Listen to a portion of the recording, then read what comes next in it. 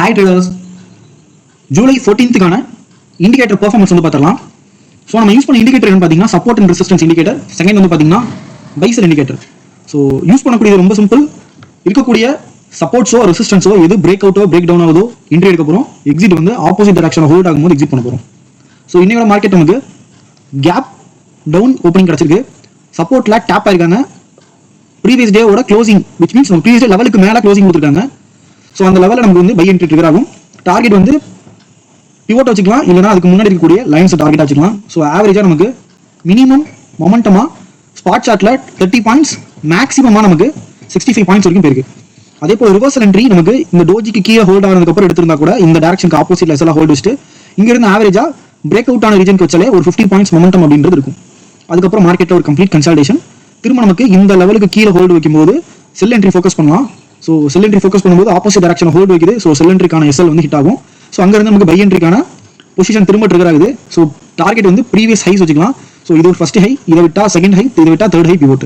So market வந்து பாருங்க slow and ஸ்டெடியா rice ஆயிருக்காங்க. திரும்ப மார்க்கெட் அந்த இடத்துல திரும்ப ஒரு ரிவர்சல். இந்த ரிவர்சல் நம்ம எடுத்துக்க முடியாது. ரீசன் வந்து நம்ம ஹை வந்து அச்சீவ் ஆகல. ஸோ திரும்ப நமக்கு ஒரு ஃபால். திரும்ப நமக்கு சப்போர்ட்ல ஒரு டேப் ஆகுது. திரும்ப நமக்கு ப்ரீவியஸாக இருக்கக்கூடிய ஹை வந்து மார்க்கெட் திரும்ப அச்சீவ் ஆகுறாங்க.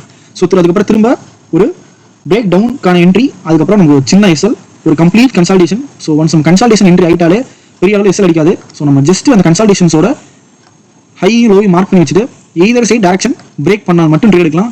ஸோ இந்த எய்தர் சைட் டைரக்ஷனுக்கான என்ட்ரி அப்படின்றது பெருசாக கிடைக்கல. இந்த இடத்துல என்ட்ரி கிடைக்குது, ஜோனுக்குள்ள ஹோல்ட் ஆகுது. So complete exit.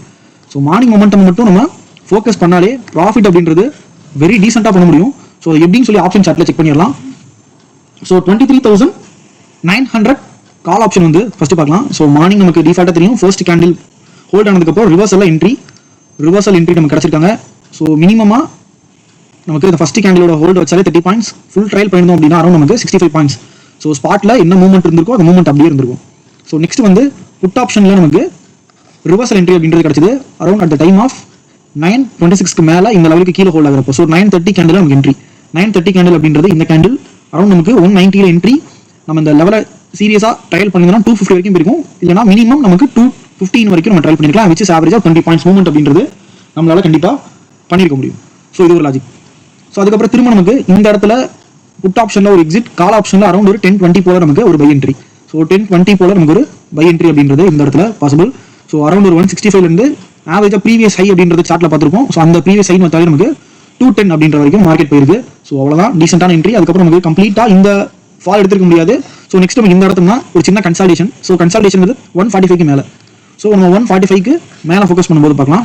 So 145க்கு around ஒரு 150 எடுத்திருப்போம். எஸ்எல் அப்படின்றது 130 ரீஜன், இந்த ரீஜன் வந்து நம்ம எக்ஸிட் பண்ணியிருப்போம். ஸோ ஆவரேஜாக ஒரு 20 பாயிண்ட்ஸ் கிட்ட லாஸ் ஆயிருக்கும். அப்புறம் மொமெண்டமே மார்க்கெட்டில் சுத்தமாக கிடையாது. ஸோ இதுதான் இன்னையோட டே. நம்ம இண்டிகேட்டர் வந்து இப்படி தான் ஒர்க் ஆகும். ஸோ ப்ராஃபிட் பண்ணுறது ரொம்ப சிம்பிள் தான். ஜஸ்ட் இண்டிகேட்டரில் சப்போர்ட் ரெசிஸ்டன்ஸ் ஆன் பண்ண போகிறோம். ஆன் பண்ணிட்டு பிரேக் அவுட் ஆனால் அடுத்த டைரக்ஷனாக ஃபோக்கஸ் பண்ண போகிறோம். பிரேக் டவுன் ஆச்சுன்னா திரும்ப ஆப்போசிட் டைரக்ஷனில் உள்ள சப்போர்ட்டே ரெசிஸ்டன்ஸை டார்கெட் வச்சுட்டு ட்ரையல் பண்ண போகிறோம். That's it. இது அடிஷனல் சப்போர்ட்டாக நம்ம என்ன பண்ணலாம், நம்மளோட ட்ரேடிங் சிக்னல் இண்டிகேட்டர் ஆட் பண்ணிக்கலாம். ஸோ அந்த இண்டிகேட்டரில் நமக்கு இந்த லைன்ஸ் கிட்ட என்னென்ன என்ட்ரி கிடைக்குதோ அதை மட்டும் ஃபோக்கஸ் பண்ண போதும். சென்டரில் வரக்கூடிய என்ட்ரிஸ் நமக்கு அவாய்ட் பண்ணிடலாம். ஜஸ்ட் நம்ம பிரேக் அவுட் லைன்ஸ்லையும் பிரேக் டவுன் லைன்ஸ்லையும் வரக்கூடிய என்ட்ரிஸை ஃபோக்கஸ் பண்ணாலே போதும். ஸோ இதில் வந்து பாருங்க நமக்கு இந்த பாட்டம்ல இந்த இடத்துல என்ட்ரி கிடைச்சிருச்சு. பட் நமக்கு சிக்னல் கன்ஃபர்மேஷன் லேட்டாக தான் கிடைக்கும். அதே போல இந்த ஹைல நமக்கு எக்ஸிட் செல் சிக்னல் கிடைச்சிருக்கு. பட் நம்ம இந்த ஹையை நம்ம கம்ப்ளீட் அவாய்ட் பண்ணியாச்சு. திரும்ப நமக்கு பாருங்க இந்த பாட்டம்ல திரும்ப பை என்ட்ரி, அதுதான் கன்சல்டேஷன் ஜோன்ஸ். ஸோ நமக்கு தேவையான கிளியரான என்ட்ரிஸ்ங்கிறத எடுத்தாலே போதும். ப்ராஃபிட் அப்படின்றது ஷோர் ஷார்ட்டாக பண்ண முடியும்.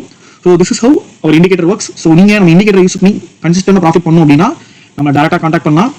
வாட்ஸ்அப் நம்பர் வந்து பயோல இருக்கு. Thank you. Have a great day.